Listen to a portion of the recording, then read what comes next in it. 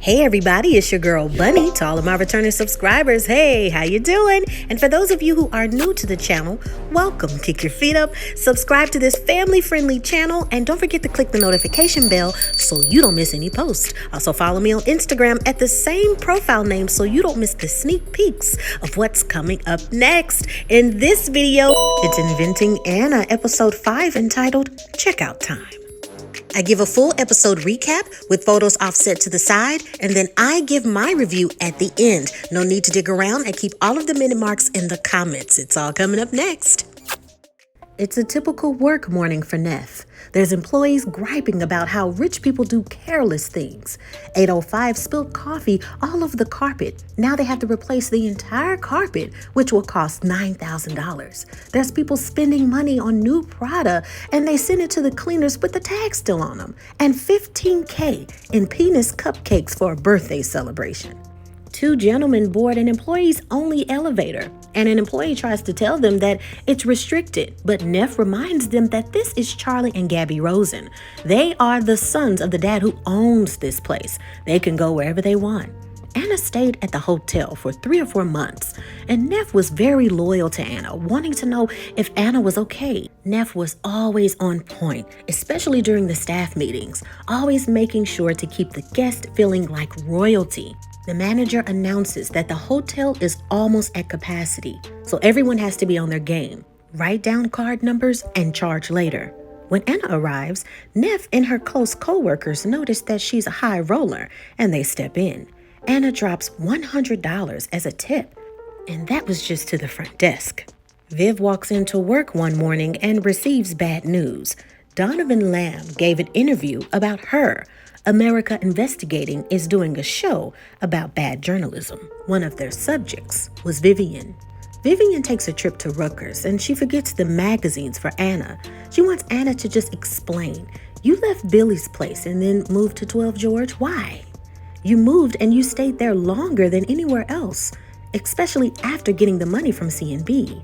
Anna instead deflects the question over and over again, saying to Viv, "Who upset you? Was it your husband? Work? Because your face is getting fat. You're not special, you know.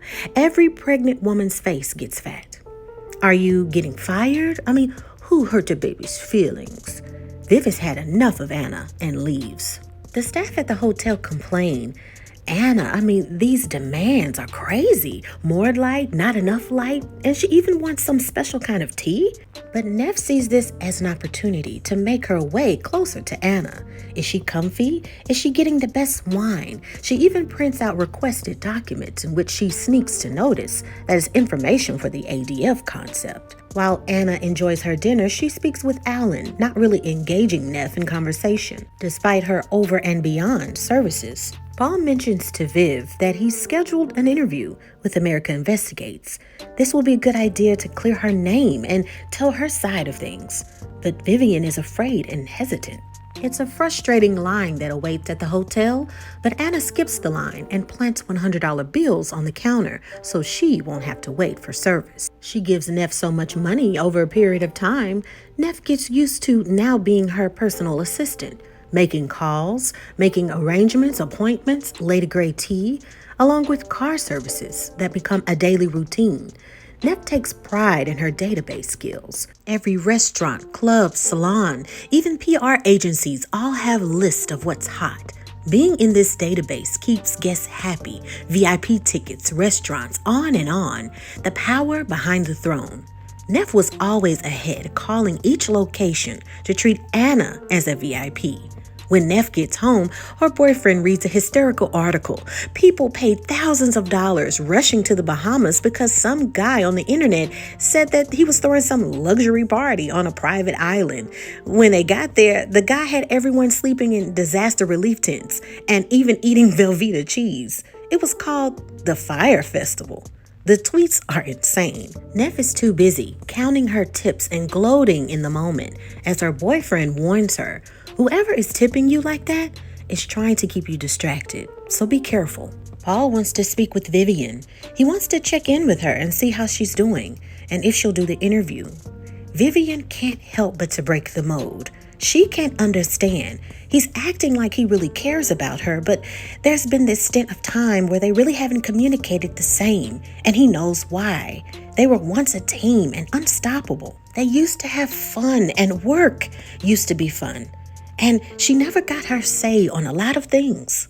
If I do this interview, I understand that it will clear my name, but I'll have to give this some thought. Anna has dinner with Dave and Conrad to discuss business. And when Dave leaves to go to the restroom, Conrad wants Anna to transfer her funds to Jupiter Group. He even touches her hand and shoulder, making her uncomfortable. After dinner, Conrad again is very forceful, trying to walk with Anna all the way up to her room and even gripping her butt. Neff comes to the rescue, telling Anna that her mother called and is on hold, and this gentleman can wait at the front for his ride, since Anna is calling it an evening. Anna invites Neff to her room to talk about everything and how everything around them is a boys' club. Neff agrees. She's good at short films and no one wants to just get together and talk about being a director. Anna applauds her for working hard and going after what she wants. She even invites Neff to a party, but Neff tells Vivian it was against policy for any hotel employee to mingle with the guests, but I still went. There were so many incredible people. She introduced me as a filmmaker. The people there, I could go on and on. Models, singers, and even Martin Shkreli was there. The farmer guy who raised all the prices of those AIDS medicines and then ended up in prison, he was there. He joked about how the guys like him don't do time and even ordered another bottle for the table. One topic of discussion was the fire festival, how people slept in FEMA tents. Martin then tells everyone that he bought Lil Wayne's Carter 5 album. He bought the masters because he wanted to hear it. That's when I really realized who he was, the guy that disrespected Wu-Tang Clan. At the end of the evening, they played credit card roulette, and Martin was pretty happy that he didn't have to fit the bill. Neff tells her boyfriend about the incredible night, but he warns her that there's danger in all of this. But Neff honestly feels like Anna, she's not dangerous. She just really listens to everything that she has to say. It's because of her that now she may have the budget to do her short film. Viv receives a call from Todd, upset, wanting to know what happened and what did she say when she last saw Anna. According to Anna, Viv hurt her feelings and then you just left. When she's upset, she calls me over and over again. Viv explains that Anna is just manipulative. She's a narcissist, saying everything that she can just to have her way. Neff then joins Viv. It's a flashback of when Anna catches up with Neff, buying her a dress and even treating her to relax in a spa day. Rachel then joins them, and Rachel worked for Vanity Fair. Neff says that she had no idea how Rachel even met Anna, but it seemed as if Rachel just took advantage of Anna. She never paid for anything. Neff offers Viv to go to Anna's hair salon. All Neff needs to do is put in a good word. They need to be comfortable as she continues the story. Now, Casey, she was demanding when it came to fitness. Her workouts were a trip. Anna didn't care about being in shape. All that mattered was that Casey trained celebrities for movies, and Anna paid Casey $4,000 a month. She had a whole building. She showed us this 281 location, and it was totally amazing. I mean, she was a visionary. All she could talk about all the time was she was just waiting on approvals, talking to lawyers and stuff about loan confirmations. ADF was about to happen.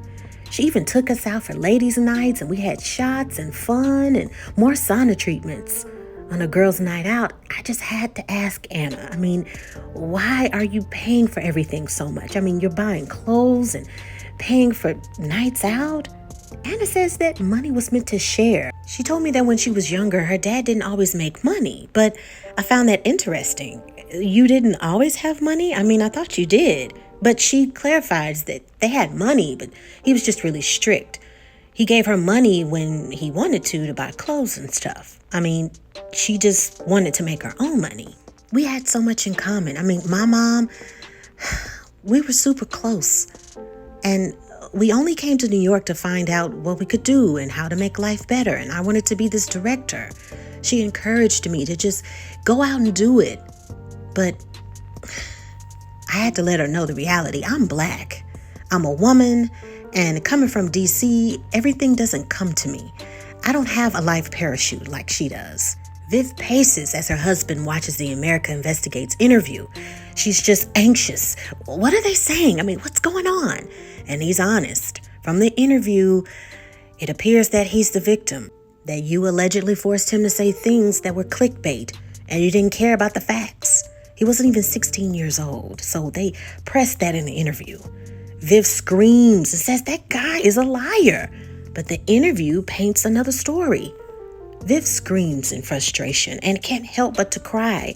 Everything looks really bad. Should she do the interview to give her side of the story now? Viv's co-workers have already submitted their articles. They care and they want to help Vivian. Viv is resistant to trying to focus on certain statements that were said, but she has to focus on the story of Anna. They won't take no for an answer, and they want to help, so they dive into the files. They can't believe the charges. Anna was tipping $100 bills to the hotel staff all of the time throughout her stay, thousands a day. What was wrong with her? Was she so confident that the bank loans would be approved, so she was reckless with the money? Or was it this fear of the fall, so just live it up? And she took Neff along for the ride. Why? Neff runs into Charlie and Gabby, making sure that they have everything that they need. Anna is their dad's client, so she affirms them that she's making sure that she attends to all of her needs, although they have no idea who Anna Delvey is at all. They even note, Neff, why would my dad put his client in a deluxe or a suite? It's an epiphany for Neff. Right, my mistake. Neff finds Anna and says that the Rosen brothers have never heard of her. Also, that if she's not a client, why would they lie about that? Anna's comeback is that they're paying her back in silence for something that she won't mention. Neff's manager brings to her attention that when Anna checked in, someone failed to put her credit card on file, and it's no secret that she's been fraternizing with her.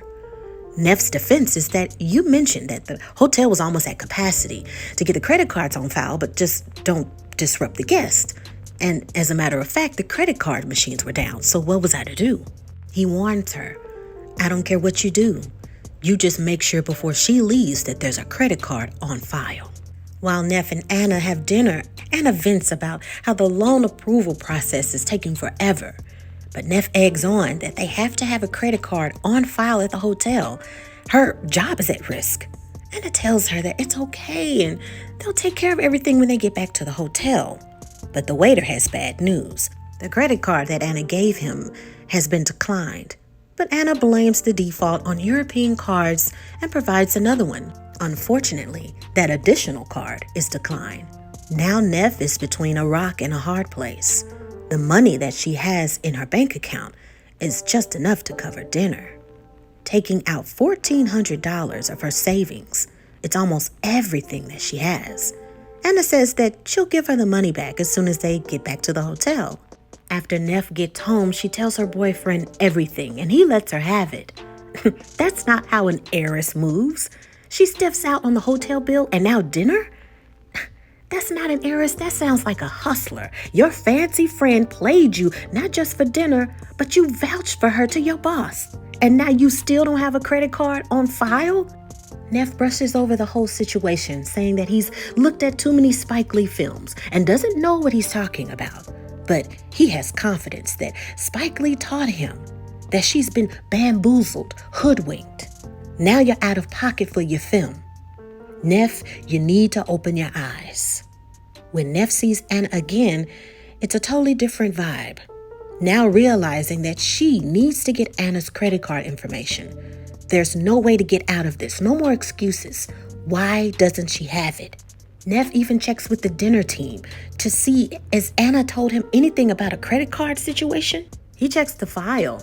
There isn't anything shaky going on because all of the charges with food has been charged to her room. I could give you a copy of the receipt, but it's the length of a CVS one. Neff even calls Charlie, and he confirms that his dad never had Anna as a client. She's just there at the hotel, I guess. Neff can't resist to look up Anna's hotel charges. $33,000. Fees and additional charges. All of the charges are outstanding. Neff can't resist any longer. Anna, what is going on? Rosens have never heard about you. You haven't paid any of the bills. Tell me the truth. I have real bills, real life situations. And I can't take a no for an answer. You're a hustler. That's fine. Just tell me the truth. Handle your business before I get fired. Viv, I'm having a good day, but clearly something is on your mind. Is it the Donovan Lab story? Plus, your hair is different. I like it. I can't understand what was going on with Anna. I mean, what was she thinking? She was staying at this hotel, spending tons of money, and her amount is just getting smaller and smaller. I mean, why? She must have really had to believe that she was getting that loan. Neff's manager pulls her to the side. Look, no payment, no room, and Anna's belongings have been confiscated. This time, Neff can't help her. Vivian now has to make a decision for America Investigates. They have to film on Thursdays to make their deadline. Instead of giving an answer about what she's going to do, Viv just leaves the office. Todd has even more documents. There are so many bills from Anna. Todd is aware of America Investigates. My wife watched it and told me about it. I can tell that it's bothering you. Todd, you know this story follows me. Paul was my editor, and we were friends. Paul then gives me this list of stories to write and to complete.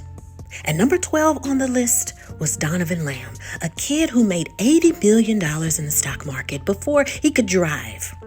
I verified things, talked with friends, parents, saw bank statements, but I had a funny feeling. Paul says, just write it up and we'll check it later. So I wrote it up. And like I said, he was my friend. He was the editor. When 30 Reasons came out and 12 was there, Paul ran to it, just like I wrote it. Only now, it had a really sexy headline that gets stories picked up. And by morning, it showed, and Sunday, it was there in the papers. Everything would have been fine, except the kid actually never made any money, not a dime. Which is what he told the Post in an exclusive after telling them. I pressured him, saying that I pressured him to lie. When Landon, our boss, asked what happened, I told the truth. But I thought Paul did too. And now Paul has spent 2 weeks trying to figure out if I'm going to have this interview with America Investigates, like to defend myself, as if he didn't play a part in that, as if it wasn't his fault, like he didn't check my references. We spent time together on the vineyard every summer, all of our families together. We shared an estate. Then Paul gets promoted and I got fired. It's the worst thing that anybody can think about. All of my friends, my colleagues, they just disappeared and they ghosted me without even questioning what happened. I have the mark of a bad journalist, and everyone just ignored it, or they took pity on me. Todd simply responds by saying, okay, and I like your hair. Subtle but nice. You know, I made one of those cheap 1-800-GET-A-LAWYER commercials last year. I mean, it's humiliating. Want to watch it? And Viv says, yes. I very much do. Neff is so upset she can't sleep. Anna is on the street somewhere. I lost all my money and I can't even make my movie. Her boyfriend breaks in reality. You've been trying to do your movie for 3 years and you've never recorded a thing. You always make excuses why you can't do something. I finished my novel yesterday and you didn't even ask me about it. People are making feature films on their phones now, okay? Money is not your problem. You don't think you can do it. That Anna chick might be crazy, but I agree with her on one thing. You can't want something without doing something. So just do it already. The next day, Neff's boss wants to speak with her. Can you believe it? Anna paid. All of it. A wire came this morning. Now Neff is surprised, saying, I yelled at her, and you threw her out in the street. She is the real deal. She's legit. I knew it. When Neff tries to catch up with Anna, she's packed up and ready to leave, and the hotel has everything stashed away.